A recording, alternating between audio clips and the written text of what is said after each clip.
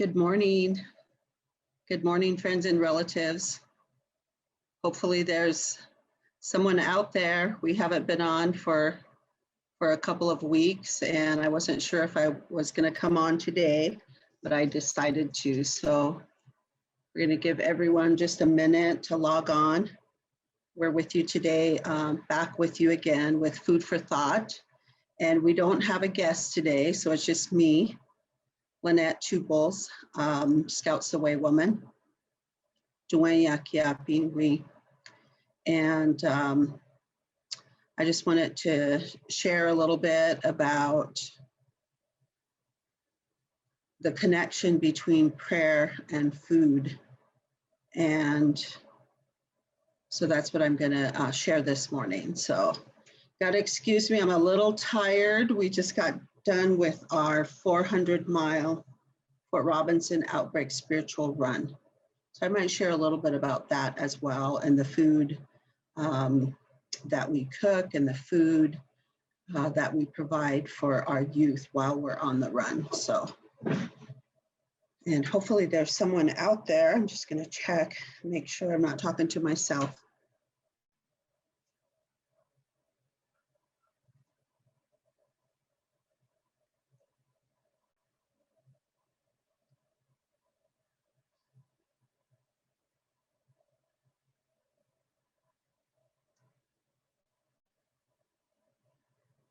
Okay, here we go. We got 21 people. All right, so we can get started. I know I didn't put a notice out this morning or yesterday that we were going to be on today, and I wasn't quite sure. So I am, but I'm on, and just want to say, he honey washta to all of you. Good morning, Pivawana, to all our relatives and friends out there. And I don't know how many of you have been following us on our journey, our epic journey, 400 miles. With this year, we only had, it was less than 30 youth running. So it's very challenging. Normally, we take close to 90 kids, and our whole group is about 130 people. And this year, total, our group was 50 people. So it was very challenging for our kids, but so worth it. And today, on Food for Thought, our Yellowbird's Food Sovereignty Program, we're focusing on prayer and food and the connection to that.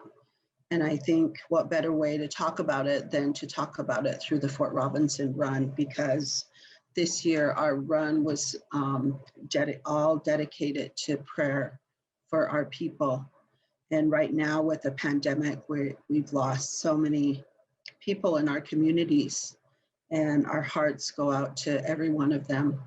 And while we were running, that's what our children did, the youth did. They ran and prayed, and their run was a prayer for the people, for our elders, for those in mourning, for those that are sick.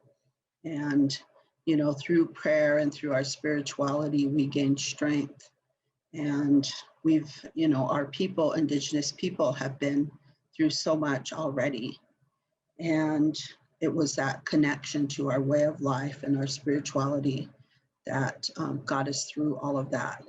And so that is why we decided to go through with the Fort Robinson run this year. And of course, we implemented the highest standards of COVID safety all throughout, and basically put our kids in a bubble, all the way home.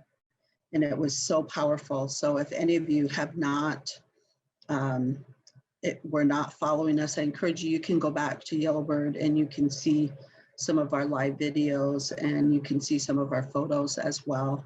I apologize, I wasn't able to keep up, every day because, I'm organizing everything. And so I wasn't able to do that. Hopefully in the future, I can have someone that can do that for me. So, but, so I just wanted to share a little bit about that today. And we were so blessed to have Lisa Mini Ironcloud come and to provide the food for our runners for the first 3 days. So she's been on our show before. She cooked hoof soup the first time, and then she came back again, and we did spiral squash. And so we were, food is on the Fort Robinson Run. Food is, one of the most important components on this run. And we thought about it, and we were trying to find someone, that usually we take all of our food down there. We do all our own cooking. We take our own people. And, we wanted to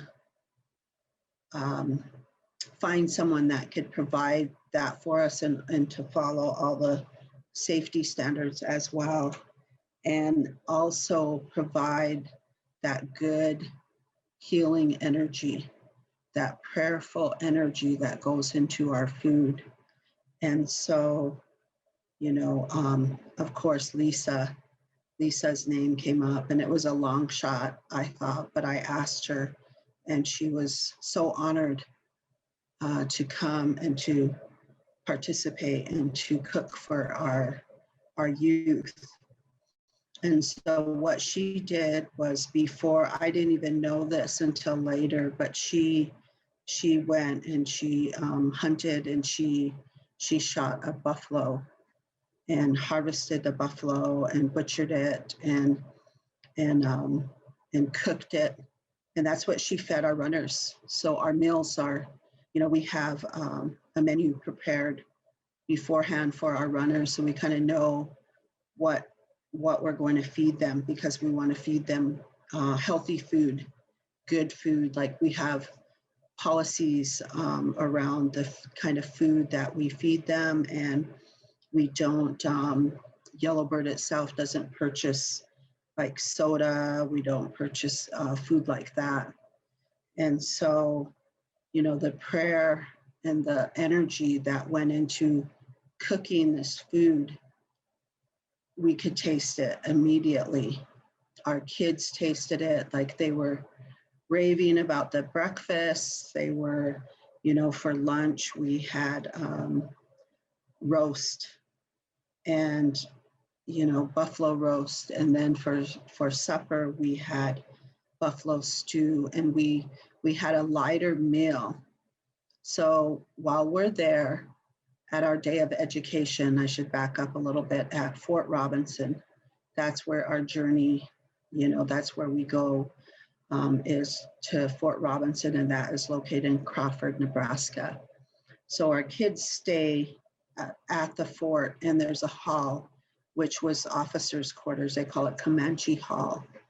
And it was named after the horse, I believe, Comanche, that was a survivor of the Battle of the Little Bighorn.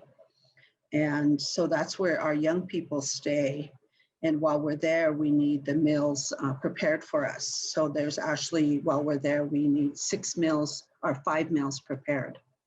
So on the 8th, January 8th, which is our travel day, when we arrive there, we need supper that night. And then the next morning, we need breakfast, lunch, and supper. And then the next morning, so that's on the 9th, and then on the morning of the 10th, when we leave there, we need breakfast. So that's 5 meals. And it's very, it's one meal right after another. Like, you have to be on top of it, preparing one meal. And so, if you're not prayerful and if you're not centered, it can be very stressful. And, for Lisa, it was a lot, but she maintained that prayerful mindset and that centeredness when preparing all of the food. And we could definitely taste it. We can feel it, because what you put into the food, that's what goes into us. That's what goes into these youth and these runners. And so, the mindset and the prayer is so crucial you know, even as mothers or even fathers, whoever does the cooking, you know, we need to make sure that we have that kind of energy, because that's what we're feeding our families. So the energy we put into food is what we feed our families. And so this year we definitely, you know, felt that good energy, and we felt the strength, you know, of the buffalo meat. And it gave our kids, you know, the strength and that they needed to complete this run. So we were really, really honored. You know, I don't know if Lisa's on. I didn't even tell her I was coming on today, but we just want to say, whoa, Pila, you know, a deep, heartfelt thank you for providing that food for us and that good energy that goes into the food. And so she provided, you know, the 5 meals, cooked them while we were down at Fort Robinson. And we, our run, we started on January 9th. That's when the Fort Robinson, you know, breakout actually happened, was January 9th, 1879. And so for us, this year marked our 25th year of running to remember our ancestors that were killed at Fort Robinson. And so our youth, they finished the journey that their ancestors could not. And so not only were they, you know, completing that journey for their ancestors, but they were running for the people now, for present day, everything that we were going. And so I really want to commend all of our young people out there. And it wasn't easy to come on this run this year, because they had to get COVID tested. They had to agree to be quarantined ahead of time and after. And, you know, there's a lot of protocols that we put in place. And so it wasn't easy. So I'm really proud of all of the young people that participated. And, you know, that prayer, that mindset, you know, that's what got our ancestors through, and that's what is getting us through. So along the run, I wanted to share that I think we were still at Fort Robinson, and there's a young woman that came with us, and she's been coming with us for a few years now. And her name is Silver Little Eagle, and she's Northern Cheyenne, and she's just recently been elected to serve on the Northern Cheyenne Tribal Council. So she's the youngest woman to ever serve, youngest person, I should say, to be elected onto the council, and she's 23. And you know, she is connected to the land, she's connected to our ways, and she sees the importance of being connected to the land. And her traditional name is Mint Woman. And so she, you know, she came with us as one of our leaders and our young leaders, our chaperones. And she is also part of our food sovereignty program. And this past summer, she approached me, or it was last spring, and she was working with the Northern Cheyenne Elderly Program. So she told me she wanted to have a garden for the elders there.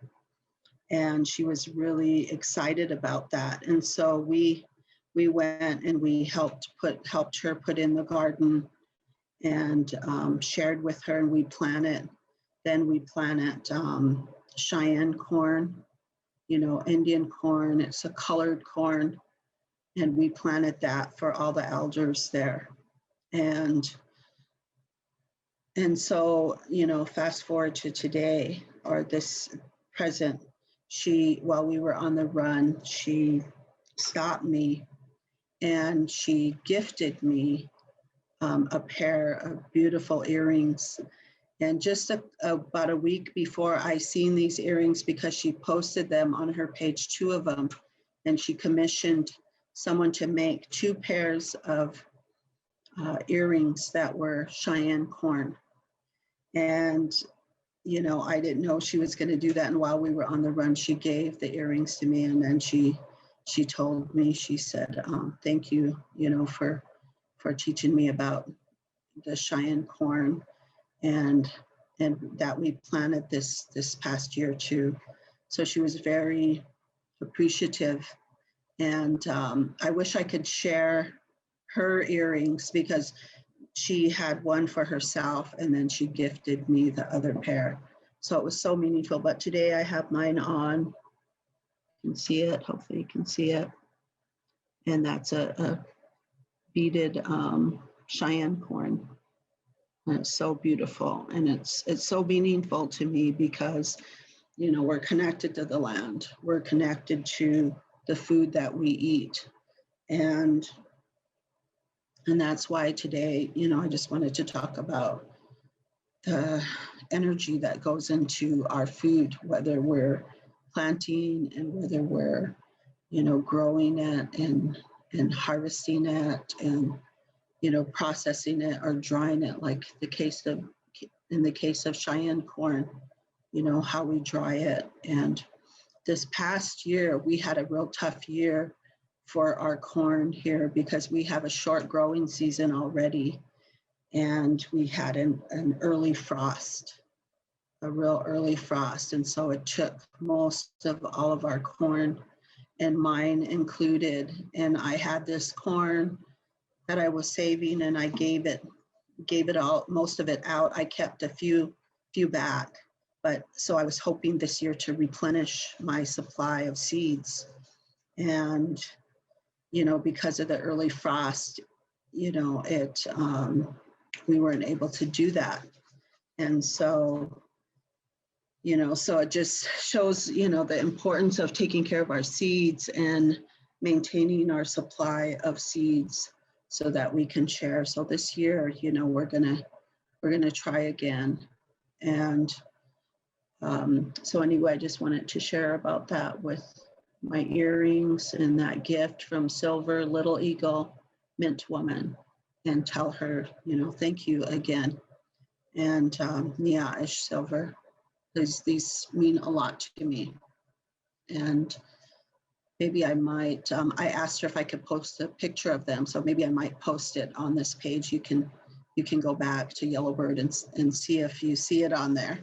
And, but yeah, so let me see, my thoughts are just, they're slow this morning because we just got home from this 400-mile run on Thursday.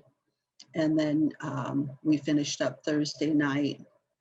And on Friday, we had to return, yesterday we had to return all of our vans, all of our support vehicles, everything, you know, it's a lot. We still have to clean them out, wash them, you know, fill them up, and then return them. So we got home late last night. So I'm still a bit slow this morning, so forgive me. And this morning I have my t-shirt on, Fort Robinson Run t-shirt, and our 25th annual, and it has a picture over here of, you know, some of our elders, Philip's parents, Florence Whiteman, Philip Whiteman, Lee Lone Bear, you know, all 3 of them are gone. And so we just wanted to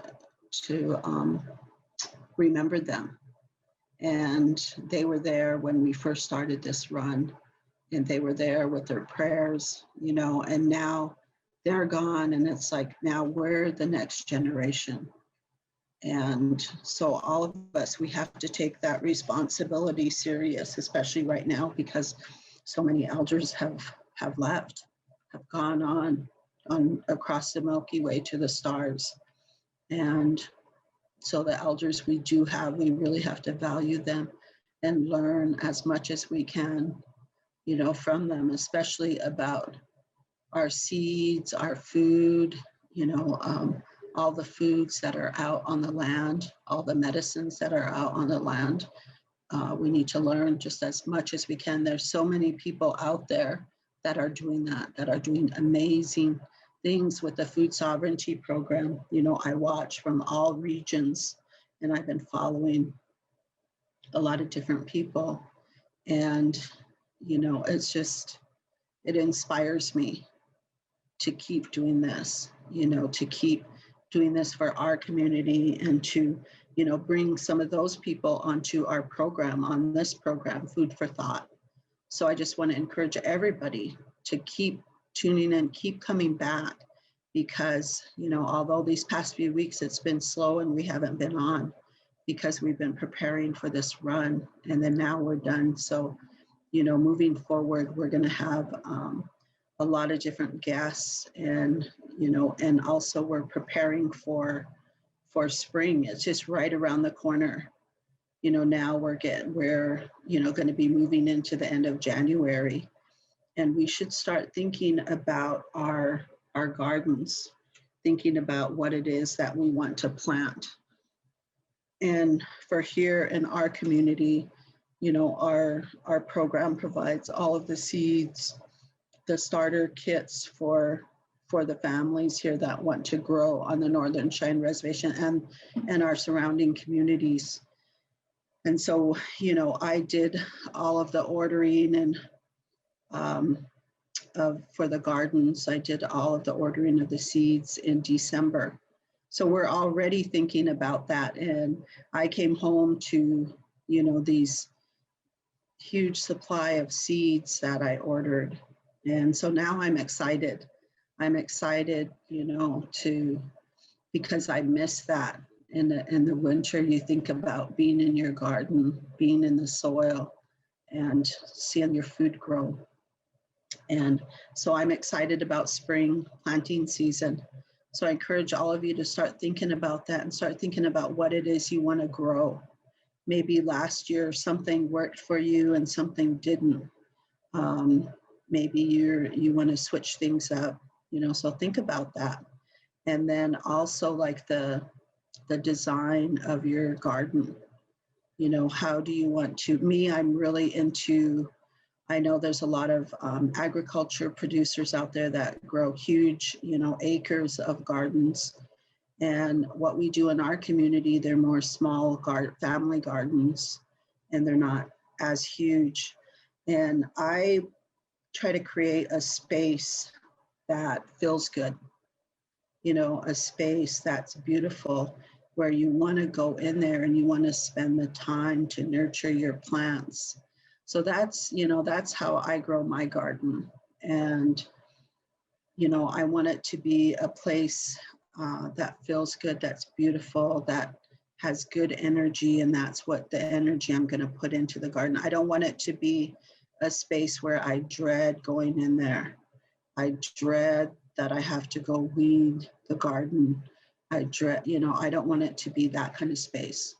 And so I like to create something that feels good and that's beautiful. And so I include a lot of flowers into the gardens. And so, you know, I encourage you to think about that, you know, think about the layout. And we utilize both, you know, planting in the ground and garden beds as well. So we do a combination of that. And so, you know, I encourage all of you to start thinking about that and just sketching, you know, how you might want the layout to be. And so moving forward, we will have some programs on that too. And, you know, just like companion planting. And as you start to garden more and more, you see that you kind of get an understanding of what grows well together and what doesn't. But you can also, you know, look that up and see. And I think that it's a lot of common sense, you know, with planting. And then I like to move things up, you know, every now and then too. So every couple of years I'll move things around and plant them in a different place. You know, so those are all things that we should consider. I'm just going to take a look here and see if there's any questions or any comments. Yeah, and where are you guys joining us from? I like to I always like to see that where everyone is tuning in from. And I understand there's probably not going to be too much on this morning because I did not let everyone know that I was going to be on, but I just wanted to come on and to share a little bit about our journey, the Fort Robinson Run, and share, about the food. And the other thing that Lisa did was she prepared what we call, in a Lakota way, we call it wasna. A lot of our Plains tribes make that. Cheyenne people, they make that. It's she used dried buffalo meat, and the fat, and I can't remember what else she used in there. Choke cherries. Yeah, choke cherries, pounded choke cherries, and it includes the seeds in there, pounded. And the seeds are where a lot of the nutrients come from. And so that is what our ancestors used and ate when they went out. They would have that. And so today we don't, we use it a lot less, and we use it like for special occasions. So Lisa made wasna for all of us. And, that's how much she cared for our runners. She wanted to put good energy, and it was practical too, because the nutrients that are in that will give us strength and they'll sustain us energy wise. So, it was a combination of all of that. It's something that we could use to sustain our strength, but it was also good energy. It was spiritual, so all of those components and everything that we do is holistic. So it just fell right in line. And so I don't want to stay on too long, but yeah, we got people from Minneapolis. We got a lot of people, South Dakota, Hot Springs, South Dakota. And this year we stayed in Hot Springs as we were moving up into the Black Hills, running through the Black Hills of South Dakota. Yeah, and we had a lot of really good, Oneida Territory in the state of New York, what is now called the state of New York. Hello, Jackie, thanks for joining us. Yeah, so just want to thank all of you for getting on today and joining me. And we'll be back next week. We'll probably have a guest, and we're getting our lineup ready, moving forward. So we'll be posting that as well, the lineup of the people that we're going to bring on and the topics. And, I want to bring some, I have a series that I'm going to be doing with women. And so, check back and check back on Yellowbird. I just want to thank everybody out there. I want to thank, if there's any, our runners are probably not up yet, the young ones, but our drivers and chaperones that came on the run, I want to say thank you, a deep heartfelt thank you, because without our team, we couldn't do this. It takes a team, like that collective effort, and everybody has a responsibility, and it takes all of us to make it home safe. And so I'm just going to end there today, and just encourage you to start thinking about your gardens. And we talked a little bit about our corn, the importance of our corn, and the earrings that were gifted to me, and our seeds, the importance of our seeds. If you think about it, the seeds, they carry the memory of our ancestors, and especially the seeds that we're really connected to, like corn. They carry that memory of the ancestors. And the Cheyenne people, they're very connected to corn, and they used to grow. They used to have huge gardens along the Missouri River and all of the tributaries coming down the Missouri River. And gradually they lived in earth lodges as well. And gradually they moved more towards the plains and into teepees and became more nomadic. But corn has always been a big part of the culture and the food systems.